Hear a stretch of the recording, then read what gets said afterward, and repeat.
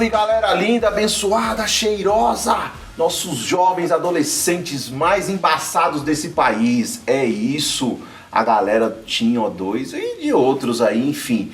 O importante é você estar conectado, prestar atenção aqui com a gente, que mais um episódio veio. É isso, não nos derrubaram ainda e nem vão, viu? Porque o inferno não vai prevalecer, não. Nós vamos ganhar essa parada e não vão derrubar. E mais um episódio hoje que tá animal. Se preparem, hoje o bicho vai pegar aqui. A mesa tá diferente, tá miscigenada total. Eu não vou dar isso, vou dar um spoilerzinho. Quem já assistiu o Chaves aqui? Começou bem já. É isso, é o Chaves, tá aqui sendo representado hoje. Tô brincando, mas eu não vou começar por ele não, que é a nossa surpresa especial, porque é um irmão querido, um filho, como o nosso apóstolo sempre fala. É um filho querido, importantíssimo aí dentro do escopo da nossa igreja, dentro da nossa missão. Eu vou apresentar ele então, já. Mas agora é o pastor Conan, tá aqui com a gente. Você que não sabe quem é o Conan, dá o Google agora. Nosso pastor nórdico aqui, pastor Rafa. Eu quero saber se eles bugarem, eles vão achar que eu saio correndo de tanguinha, com uma espada. Não, tô tranquilo. Todo mundo vai saber. Você que curte HMB, segue lá o pastor Rafa. Vai estar aí na descrição, @ Eles dele. nem sabem o que é HMB. E depois você vai entender por que eu brinquei aqui com o Conan. Isso. Dá um oi pra galera aí, pastor Rafa. E aí, pessoal, tudo bom? Tamo aqui de novo. É isso. Pastor Conan, pai da Olivia. É isso. E agora, sem mais delongas, o nosso convidado mais que especial é ele, mano. Importamos ele, Importamos. né? Você que não assistiu Chaves, tudo bem. E o Ligeirinho? Passou por Curitiba, veio pra cá. Não parou na alfândega. É isso, mano. Então a mesa já tem um nórdico, pastor Rafa. Tem um paga-pau de baiano, que sou eu. Eu nasci aqui, mas eu amo o Nordeste, minha mãe é baiana e é nóis. E ele, Bispo Pablo Quiroa, vulgo Pablito, o cara, o brabo, o puro fuego direto do México, Pablito! Chegamos aqui, esse episódio, esse podcast, a gente está muito feliz, vai ser fuego mesmo, irmão. Nós que estamos felizes, como eu disse no começo, e é verdade, o O2 e o Tim te ama, Pablo, você nos inspira. Você é uma referência pra gente em todos os sentidos, de evangelista, de servo de Deus, de pai, cara, de conectado com a visão. Então, nós amamos você, saiba muito bem disso. Eu já te falei várias vezes, mas eu falo aqui com liberdade em nome de todos os jovens. Nós te amamos e você é um grande referencial, Pablito. Eu amo todos, eu amo a galera do O2, eu amo os teens. A verdade é que eu estou em casa. É isso. Eu estou em casa, eu estou agora para falar, ter uma conversa junto com vocês. Eu acho que vamos ter um tempo incrível, né? É isso, você é um amado irmão, querido. E quem não conhece o Pablo, então assim, eu duvido, mas enfim, graças a Deus, nossa igreja está sempre chegando jovem, né, Pablo? A ideia é essa, é saquear o inferno e tá trazendo a galera. Então, porventura, pode ter alguém aqui que não te conhece, Pablinho.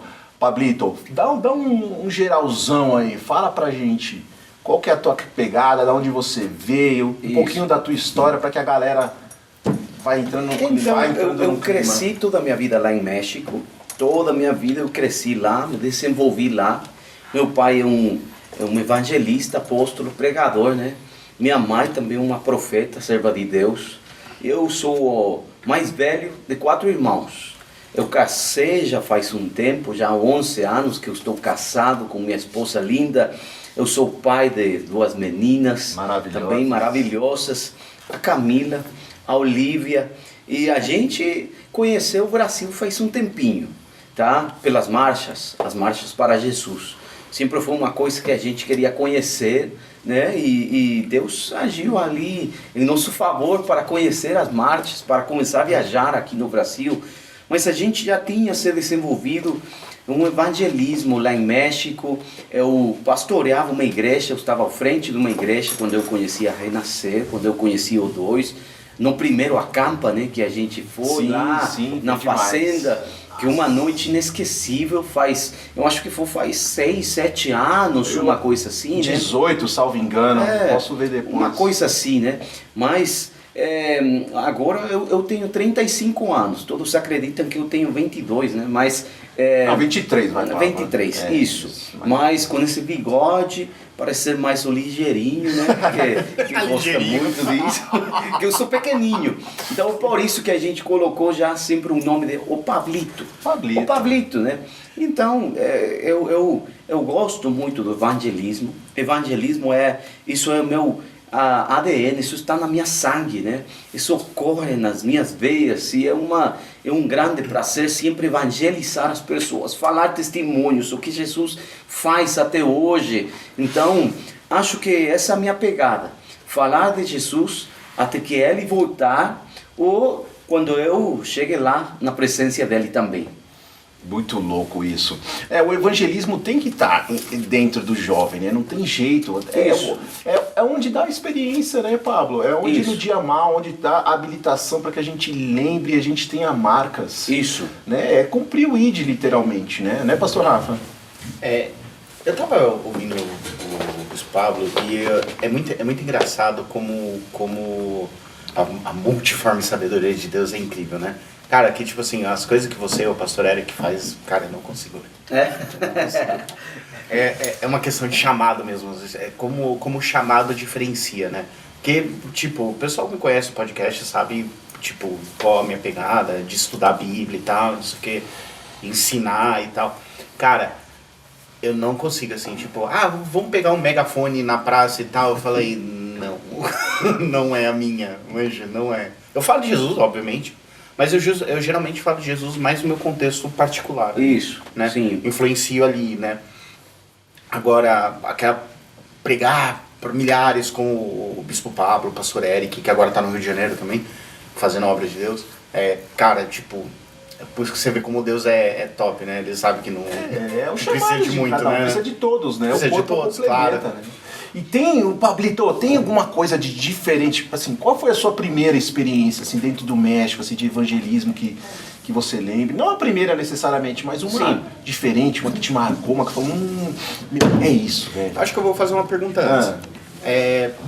Como é que foi a sua juventude até você descobrir o seu chamado e começar os primeiros evangelismos e tal? Ou começou, tipo assim, com 10 anos já tava o Pablo lá com um megafone no meio da praça? O que acontece, meu pai fala uma coisa, né? Eu não lembro essas experiências, mas é ele que fala. Ele que fala, uma vez ele estava voltando uma viagem, a gente foi lá, pegou ele no aeroporto, quando ele estava chegando, e eu lembro que quando meu pai estava saindo do aeroporto, minha mãe pegou a mala dele, né, e eu peguei a mão do meu pai. A gente estava saindo e lá fora do aeroporto, meu pai fala que tinha uma criança, um cara. Eu não sei se era criança, um cara, um rapaz lá, mas ele estava com uma patinete, sabe? Ele não tinha pernas. Ele não tinha pernas, então ele ia com suas mãos, ele dirigia esse patinete, né? O seu corpo estava lá acima do patinete. E eu falei para meu pai, vamos orar por ele. Porque eu lembro, né? Eu lembro de um Jesus que faz milagres. Vamos orar por ele para a perna sair, para que aconteça um milagre. Meu pai ficou assim meio com susto, sabe? Porque eu acredito nos milagres. Eu acredito que vai chegar o dia que eu vou ver braços novos sair. Eu acredito que eu vou ver pernas novas sair. Eu acredito nisso. Tenho essa fé. Eu ainda não vi. Eu não vi nessa data. Mas meu pai fala que essa vontade de experimentar esse evangelho, de entregar esse amor, orar pelas necessidades das pessoas, eu sempre teve. Então isso foi uma coisa que estava na minha natureza, de eu ser uma criança, sabe? Então, provavelmente minhas primeiras experiências de evangelismo foi lá nas praças evangelizando junto com meus pais. Eu lembro sair 8 anos, 9, 10, 12 anos, eu saí com aqueles papelzinhos, sabe, para evangelizar. E eu lembro que lá em México as coisas não eram muito fáceis, eram meio que complicadas, né? Até hoje é. Década de 90, mais ou menos. Mas, sim, mas nesse tempo, o que acontecia é que 1 de cada 10 lá em México provavelmente ouvia você. E Se essa pessoa ouvia, então você tinha que falar para 100 pessoas, já tinha 10 interessados, 10%, e esses 10 interessados, você tinha um que aceitava Jesus. Então você pregava para 100 pessoas, um a um, tá? Esse bate-papo que você vai, só um aceitava Jesus. Então eu lembro, estar em uma praça, pegar um papelzinho, e eu lembro uma idosa, uma velhinha linda, né? Uma velhinha, eu fui lá, eu peguei meu papelzinho, eu fui lá, eu falei, eu vou te entregar esse papel. E a mulher tinha uma, como chama aquele? Realengo. Ela estava com um... realengo, realejo.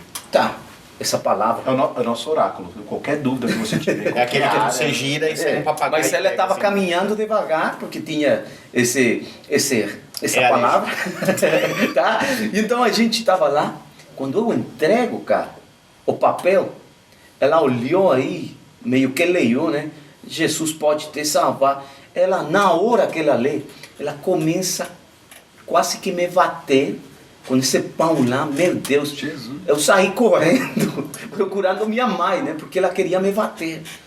As minhas primeiras experiências foram essas. Até hoje eu lembro, sabe? Mas também teve experiências boas. Experiências onde eu guiei a pessoas para conhecer Jesus. Crianças que conheceram Jesus. A gente fazia evangelismos nas praças, fazíamos evangelismos onde tínhamos 100, 200 pessoas. Meu pai já colocava um microfone para eu começar a pregar, né? Desse jeito que eu lembro. Um jeito que eu tinha 13, 14 anos, quando eu já estava pregando em praças públicas. Essa foi a minha experiência, criança, um time, pregando o evangelho. E ali você falou assim, é isso. Isso. O nosso chamado ele é completo, né? Tem, como o pastor Rafa falou, tem para todo mundo, né? Tem para mestre, enfim, né? Cada um... Para tudo. Para tudo. Aí você falou assim, não, é isso que eu quero fazer. Eu quero evangelizar, eu quero saquear o inferno. Isso. O Reinhard Bonke, ele falava essas palavras que você está falando. Eu vou saquear o inferno, encher o céu. É isso. Essas palavras são palavras do Reinhard Bonke, ele já está na presença de Deus, mas é um dos maiores evangelistas que a gente teve nos tempos modernos. A gente aprendeu Modernos. com o apóstolo Estevão. Isso. Então, é uma coisa assim, é um chamado, sim. Acho que o que você está falando, irmão, é verdade, né? Não todos podem pregar desse jeito, ir numa praça, começar a falar para todos, mas todos nós temos uma história. E isso que a gente pode falar. A nossa história, o nosso testemunho testemunho tem poder. Às vezes as pessoas acham que para evangelizar, né, Pablo, a gente precisa dominar todos os assuntos, conhecer de Gênesis e Apocalipse, e ter todos os embasamentos. E não é isso, né, Pablo? É só falar o que Jesus fez na tua vida, né? Amar a pessoa. Né? Recentemente vocês foram na Paulista e um abraço. Isso. Né? Um abraço cura, um abraço transforma, um abraço transmite Jesus. Né? Então você que está aí nos assistindo, para de noia, para de religiosidade. Isso. Evangelizar é você ir falar o que Jesus fez na tua vida. Como era antes e como é agora e como isso é bom. Isso. Pronto. Olha, o que acontece é que muitos ficam com medo. Vamos fazer um evangelismo. Já as pessoas ficam com esse medo, vergonha. Eu não sei o que eu vou falar, não sei o que eu vou dizer, não sei o que vai acontecer. Acho que entra muito com medo de se expor, Isso. né? Tá. Então... Mas o que a gente precisa fazer é uma coisa muito simples. Todos nós temos uma história.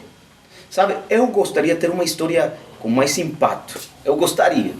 Mas eu cresci na igreja. Então eu nunca... Não tem uns pecados cabulosos, né? Eu nunca experimentei drogas.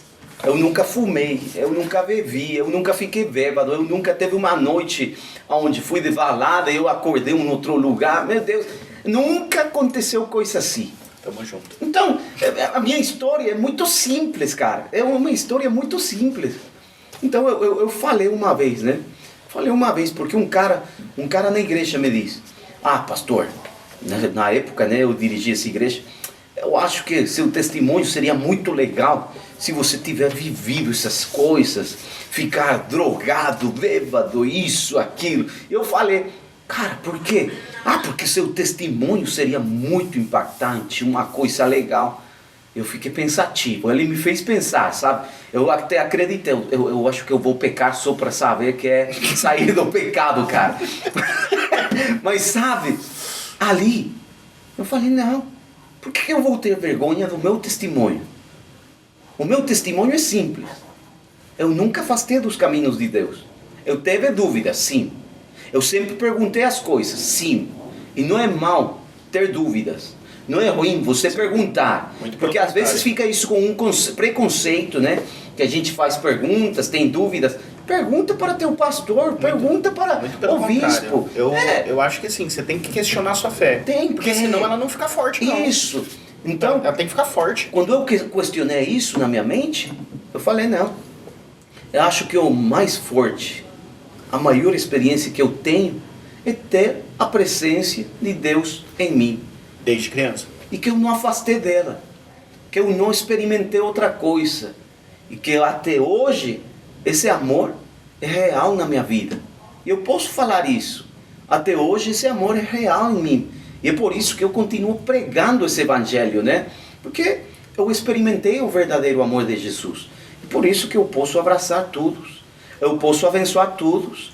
Eu posso ir na Paulista, qualquer evento que tenha lá, e eu posso abraçar com esse amor que é verdadeiro.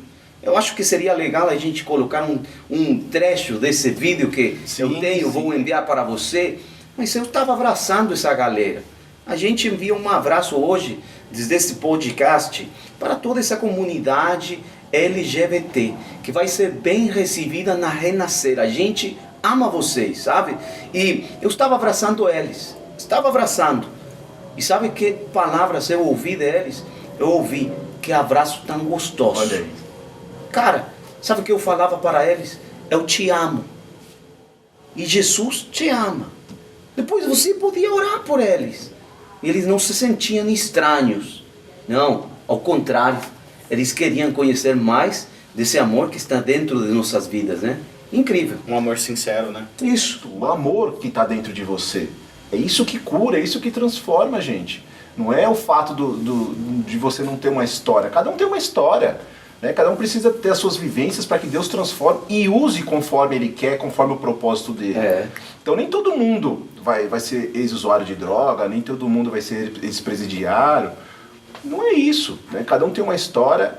O que faz a diferença é o que você faz com essa história. Isso. O amor sobrepõe todos esses pecados. Então não é sobre pecado, gente. É sobre transformação, sobre viver aquilo que está dentro dele. Ai, o Pablito, você ministra aquilo que você vive. Muito pelo contrário. Ele ministra o que ele vive. Isso. O amor. É isso que está dentro dele. É o evangelho, a verdade. A transformação. Falei bonito agora, hein, pastor Rafa? Ficou bonito. Tá maluco. Vamos, agora a gente fala muito desse sentimento de evangelístico que você tem. E aí, continuando na história, agora eu acho que vale a gente falar, tipo assim, como é que você conheceu a Renascer, acabou vindo pra cá em 2018, participou do Acampa. Acho que 18, salvo engano. 18. Por aí. Eu lembro disso, eu tava lá também. E como das você... colunas de fogo. Foi assim, né? A gente já faz um tempão que a gente faz a marcha lá em México. A gente tem 28 anos fazendo a marcha lá. Glória a Deus. Então, eu estava procurando os maiores eventos onde o nome de Jesus foi exaltado, né? Levantado. Eu comecei a procurei lá maiores eventos da terra. Deu um Google e... Isso, cara. Não foi uma coisa assim, que foi não, oração, nada. Foi sem Google, né? O santo que vai achar todas essas coisas, São Google. E lembro que isso foi tempo atrás. Eu gosto muito das músicas do Thales, o Thales Roberto. É brabo ele. Que agora ele é meu amigo, tá? Mas assim, o que acontece na época, que eu vi que um dos maiores eventos acontecia lá na Nigéria e o outro dos maiores eventos acontecia aqui no Brasil. E eu fiz uma oração muito simples, cara. Eu fiz uma oração assim: eu gostaria de estar lá. Por favor, me permite estar lá. Olha aí. Brasil, Nigéria. Isso foi faz uns 10 anos. Você foi no da Nigéria? Então, o que acontece, tempo depois, eu seguia o Thales nas redes, né, sociais, o Instagram, tudo, e eu vi o Thales, ele estava lá em Jerusalém, uma caravana, isso, ele postava muito do que estava acontecendo lá. Meu pai estava com uma caravana do México, lá em Jerusalém também. Aí fechou. Então, eu falei, ficaria legal se eles se conheceram, trazer o Thales para a marcha aqui no México, seria legal, mas ainda não conhecia a marcha para Jesus, tá? Então, o que acontece é que um amigo faz aí uma conversa, a gente continua falando uma coisa, eu queria meu pai conhecer o Thales para convidar ele, mas não deu certo, o Thales nunca chegou no hotel, quem chegou foi o apóstolo Estevão. E meu pai chegou lá, o apóstolo Estevão chegou lá, e eles se convidaram um ao outro. Ele convidou, né, o apóstolo, meu pai, ele convida o apóstolo Estevão para viajar lá no México, e o apóstolo convida meu pai para viajar aqui no Brasil. Acaba sendo assim uma aliança linda. E isso foi ano 2016, a marcha que a gente fez, eu conheci Brasil, ano 2016. Lembro a primeira marcha que eu estava aqui, lembro isso, e acho que foi então no ano 2017 que eu ministrei no Acampa dos jovens aqui no O2, que foi incrível. Assim, a história resumida, né? Porque é muita coisa. E Deus preparou esse momento aí, Isso. juntou a fome com a vontade de Cara, comer. eu acabei morando 2 anos no Brasil. É 2 anos. 2 anos. Até o ano passado, eu estava morando aqui. Hoje 2023, mas 2021, 2022, a gente morou aqui no Brasil. A gente morou e viveu uma experiência linda para acabar de experimentar esse avivamento que a gente está vivendo aqui no Brasil. E lá, ô Pablo, tira uma dúvida pra gente, Pablito. E lá, no México, você se levantou como evangelista, você, seu pai e tal, tem a igreja de vocês que é muito forte. Mas qual é o cenário ali do México, né, do evangelho, assim, de uma forma geral? Então, eu estou te falando, faz 20 e poucos anos, o cenário era diferente, né? 1 de cada 10 ouvia, mas não aceitava. 1 de cada 10. Hoje, 8 de cada 10 vão te ouvir. Olha aí. Tá? Nossa. E provavelmente 4 vão aceitar. Então, precisamos continuar pregando. Mas México é um lugar, mesmo que é lindo, mesmo que tem pessoas maravilhosas, tem muita violência, tem muito problema político, tem muito problema na sociedade, mesmo como acontece Como em aqui, toda né? Latinoamérica, mesmo cenário é o mesmo lá, tá? Então, o que acontece lá é que a gente precisa continuar com uma proposta. A proposta e o posicionamento que precisamos ter é continuar pregando o Evangelho. Continuar pregando, porque muitos ficam lá na igreja, mas não pregam mais, não dão um testemunho, simplesmente querem fazer parte de uma comunidade, né? Uma comunidade cristã, mas não querem experimentar mais, não querem experimentar além disso, não tem um compromisso. Isso que fica complicado. Então eu estou na pegada também de treinar as igrejas, de falar para cada um: ei, bora, vamos pregar, vamos dar o nosso testemunho, vamos falar de Jesus em todo lugar. A gente está nesse propósito, né? A gente está ali. E eu acredito que as coisas têm que mudar, um evangelismo diferente. Em que sentido? O evangelho é o mesmo. Certo. O evangelho não muda. A Bíblia, a palavra é a mesma. O que muda são os tempos. Mas o evangelho não pode ser só um evangelho que você fala: Jesus te ama, tá bom? Esse evangelho temos que mostrar às pessoas que verdadeiramente nós somos diferentes. Eu acho que a minha proposta aqui também é você agir desse jeito, porque você não pode continuar só falando Jesus te ama, tá? Já era. Você tem que mostrar Jesus na sua vida. É isso o que tem que acontecer em México agora mesmo. E tem que acontecer no Brasil também. Porque aqui no Brasil, muitos já ouviram no Evangelho. Muitos.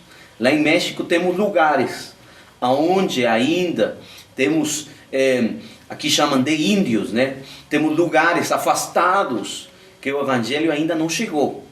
É muito complicado que o cártel, a violência, os traficantes, é muito forte tudo o que acontece. Eu como gosto de chegar nesses lugares. Ali eu acho que ficam as minhas melhores histórias, né? Que ficam sempre como chocantes para as pessoas. Mas é o amor que nos leva até lá. É o amor que nos leva nesses lugares afastados para continuar pregando o Evangelho.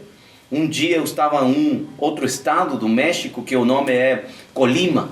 Colima. E Colima é um dos menores, um estado pequenininho. Eu acho que ninguém conhecia até hoje que eu estou falando, tá? Mas lá é muito violento, pelas drogas. Cartel, né, Pablo? É, muito forte. Eu acho que eu conheço justamente porque eu vi em jornal, alguma coisa do gênero. Então lá, todas essas famílias são afetadas pelos cartéis, tá? Então é difícil. Mas lá, eu cheguei, eu preguei, uma igreja, aconteceram milagres. Uma mulher estava chorando na hora, foi tocada, comovida pelo Espírito, trouxe o familiar que ele estava morrendo em casa, cara. Morrendo. Na hora que ela trouxe o seu irmão, o irmão começa a sarar. Ele tinha câncer nos pulmões, estava morrendo, tinham enviado ele para morrer em casa, e o cara começa a sarar na hora, começa a cuspir, mocos, coisa assim, uma coisa meio forte, tá? Mas na hora ele começa a falar, eu estou respirando, eu não conseguia respirar, eu estou sarado, uma coisa assim. Glória a Deus. Ele começa a dar testemunho do lado, né, na igreja, meu pai está ali olhando tudo, e eu tinha uma neném ali pequeninha, o nome dela é Alexandra. A neném, a mãe chorando, a mãe da neném, e ela chorava. Por que você chora? A minha filha é surda, ela não consegue ouvir, e é verdade, tinha uma orelha formada, mas não ouvia, e a outra simplesmente estava fechada totalmente a orelha dela, tá? Uhum. Então não tinha orelha, tinha, eu não sei como falar isso, tinha como pedacinhos de orelha, tá? É isso mesmo. Então, isso acontecia. Mas na hora que a igreja começa, né, dar uma salva de palmas pelo que está acontecendo com o cara lá que está sendo curado desse câncer, eu tenho a neném nos meus braços, eu vejo como ela pula de um susto. E eu falei, eu sou pai, eu conheço o neném porque eu já teve 2, muito tempo, e ela pulou porque ouviu alguma coisa. Ela não está mais com ouvidos fechados, ela está ouvindo, e eu falo para a mãe, olha, ela pegou um susto, ela está ouvindo. Não, mas ela é surda de nascença, mas ela está ouvindo. Deixa eu te falar, ela está ouvindo. Ela foi fazer uma análise lá com os doutores. Eu tenho fotos dela, ela está ouvindo. Ela foi curada. O cara com câncer foi curado. Olha, glória a Deus. Sabe o que estão aguardando agora? Estão aguardando minha volta nesse estado. Porque eles querem ouvir esse evangelho que faz milagres, que muda corações, que abre os ouvidos, que sara de câncer. E eu acho que vai chegar um traficante para me ouvir. E em nome de Jesus ele vai aceitar Jesus na sua vida, vai mudar a sua vida. E ele vai ser pregador de milhares em nome de Jesus. Glória a Deus. Isso é maravilhoso, Pablo. Você está entendendo, o abençoado?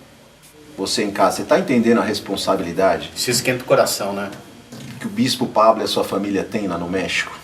Porque um dia ele orou. Aquele amor que nós começamos a falar aqui, que se manifesta através da vida dele, o fez realizar uma oração que mudou, não só a vida dele por consequência, mas não é nem esse o ponto. Está mudando a história de um país. Está mudando a história do evangelho de um país. Olha a responsabilidade que ele tem. Vamos orar por ele. Você que está aqui assistindo, vamos orar.